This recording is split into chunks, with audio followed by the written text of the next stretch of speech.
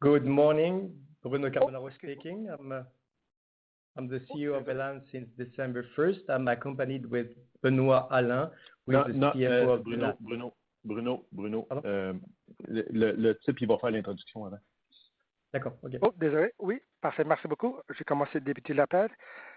Et bonjour tout le monde et bienvenue à la conférence téléphonique des résultats financiers de Velan Inc. T3. Greetings and welcome to the Velan Inc. Q3 Financial Results Conference Call. Pendant la présentation, les participants seront en mode d'écoute seulement. Une période de questions suivra la présentation. Si vous souhaitez déposer une question, appuyez sur 1 sur les 4 sur le téléphone. The presentation, all participants will be in a listen-only mode.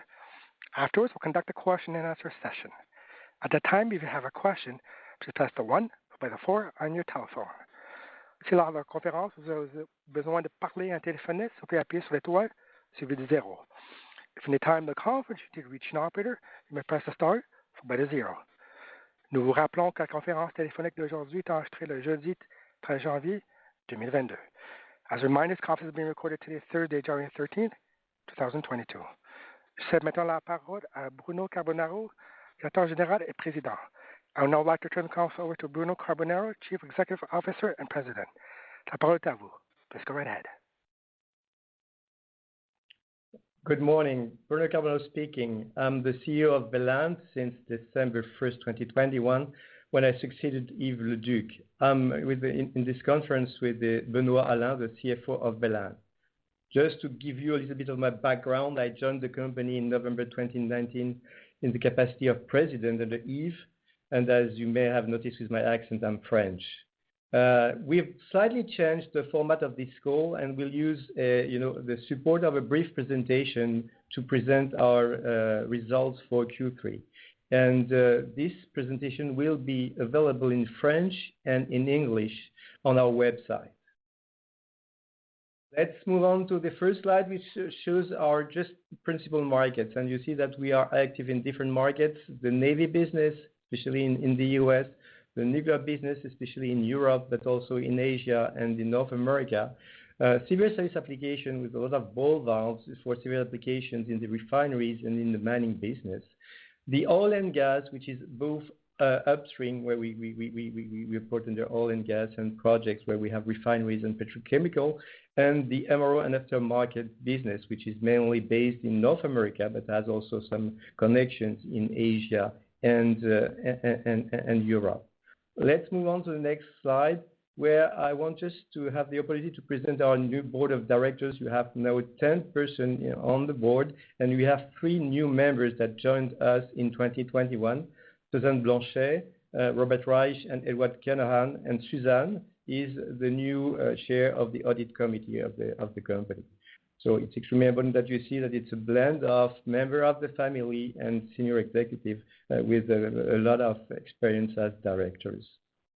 Now let's move on to the results, the highlights of the quarter. And as you see, we try just to show the results more than speaking to them. Is basically you see that the sales for Q3 reached 110 million, which is a second quarter in a row above 100 million. And basically it's one among the best quarters the past 5 years. On the EBITDA front, we report an EBITDA of 13.3 million, which is comparable in amount to last year, but you'll see in the subsequent slide that it's completely rich in a different manner, which speaks to our results in terms of proportional results. The net income is positive at 4.5 million, and that's the second time in a row that we have a profitable quarter. Just to have a look at the future, it's extremely important that we have a look at our backlog.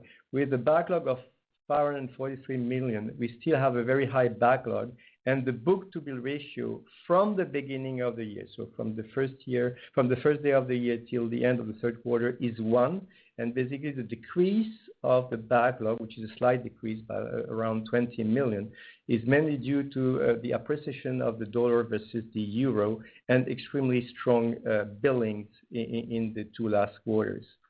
In terms of cash, as you see, there is a slight decrease of our net cash, but basically we use the cash generated by our operations to pay down our revolving credit facility by 11.9 million.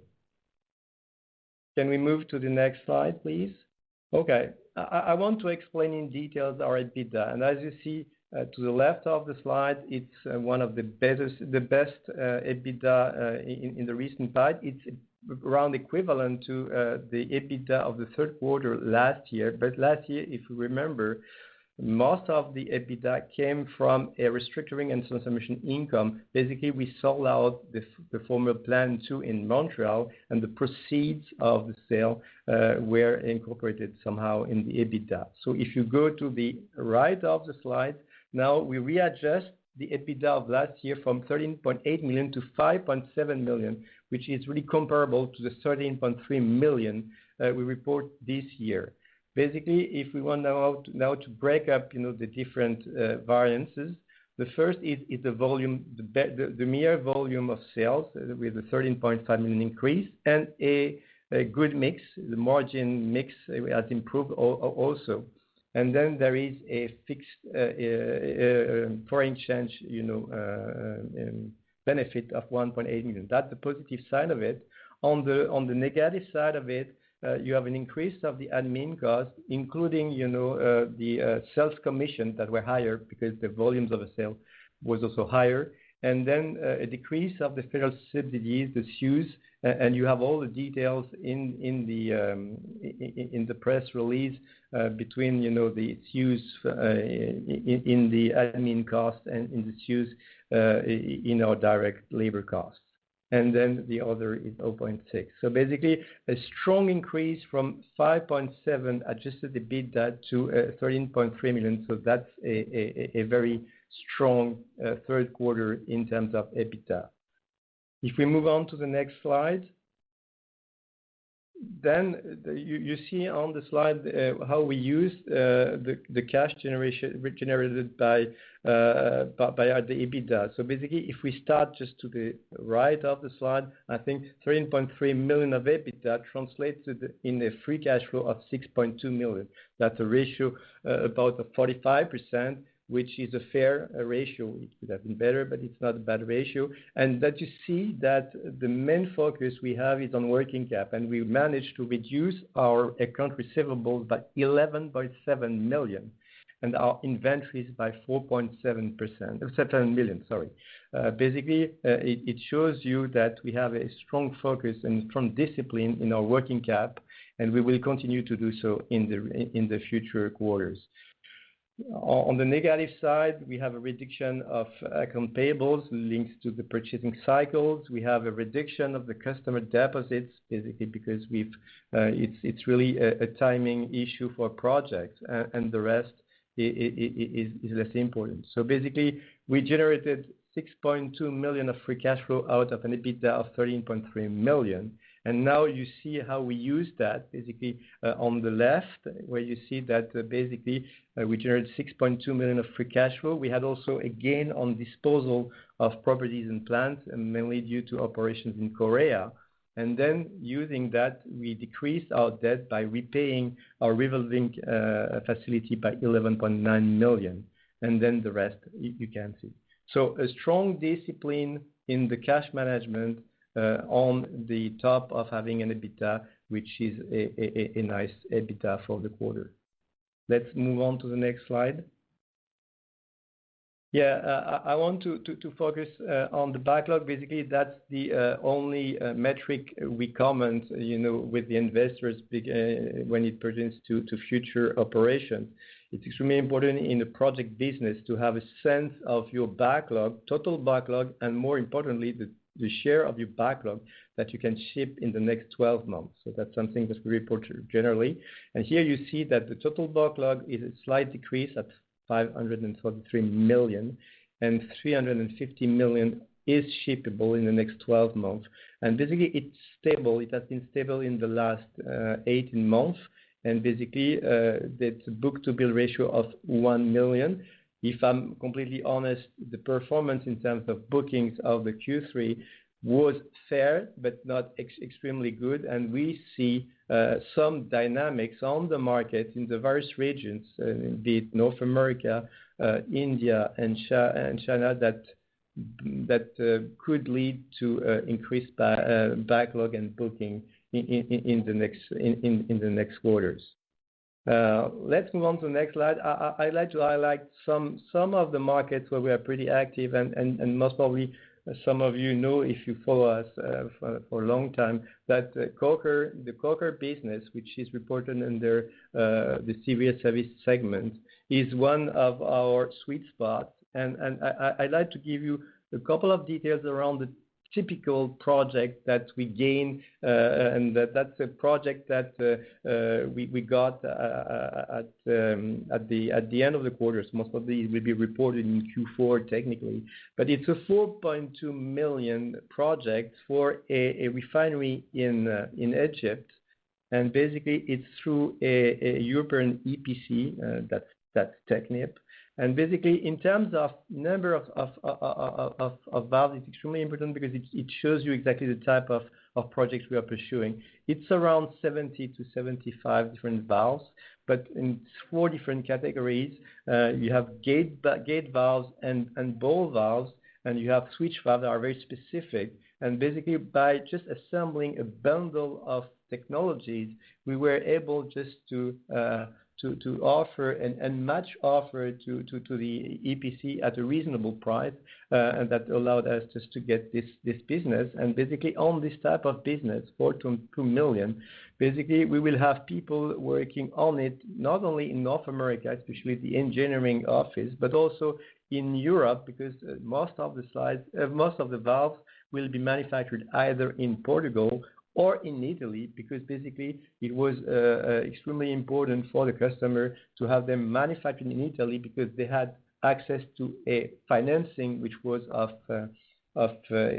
Italian origin if we were just able to show that we were manufacturing in Italy. So that's the type of value that we as an international group with operations in different geographies can assemble for the benefit of our customers. And I suspect that we can go to the next slide just to show our face. So Bruno Carbonaro, that's me, and Benoit with me, and we will be more than happy to answer any question you may have. Let's open the floor to any question. Merci beaucoup. Si vous désirez vous enregistrer pour poser une question, vous appuyez sur 1 suivi du 4 sur votre téléphone. Vous tendrez alors triple tonalité indiquant que votre question a été bien enregistrée.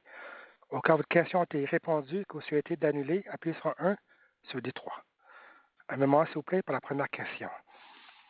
And if you'd like to register a question on the telephone, you may do so now by pressing the 1 followed by the 4 on your telephone. You will hear a 3-tone prompt to acknowledge your request. If your question has been answered, you'd like to withdraw your registration, it is the 1 followed by the 3. Using a speakerphone, please set your handset for entering your requests. One moment, please, for our first question.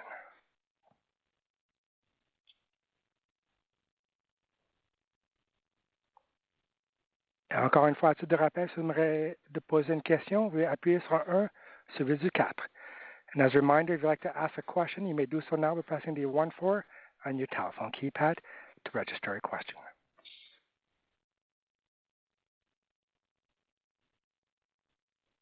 And Mr. Carbonaro, we seem to have no questions queued up on the phones at this time. Okay. Let's wait an additional 2 or 3 minutes and then we can adjourn, I suspect. Very good. Et encore une fois, à titre de rappel, si vous aimeriez de poser une question sur la ligne téléphonique, vous pouvez demander en faisant maintenant le 1 suivi du 4 sur la ligne téléphonique. Once again, it is the 1-4 to register any questions or comments through the telephone.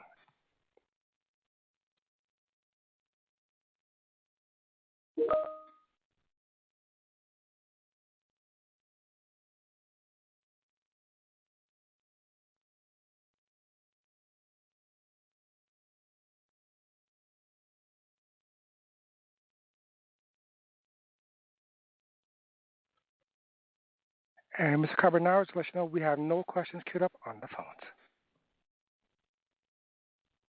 Okay, so I suspect that it's time for me to conclude. Thanks a lot for into Velan, and I'm more than happy just to answer any of the questions you may have after the conference, or you can direct also your questions to Benoit that you see his mail address. So don't hesitate to call us if you have any private question you may want to ask. Thanks a lot. Merci beaucoup. C'est là qu'on conclut la conférence téléphonique d'aujourd'hui. Nous remercions de votre participation. Nous vous demandons de maintenant raccrocher. Merci beaucoup et bonne journée à tous. Thank you all. That does conclude the conference call for today. We thank you for your participation as we disconnect your lines. Have a good day, everyone.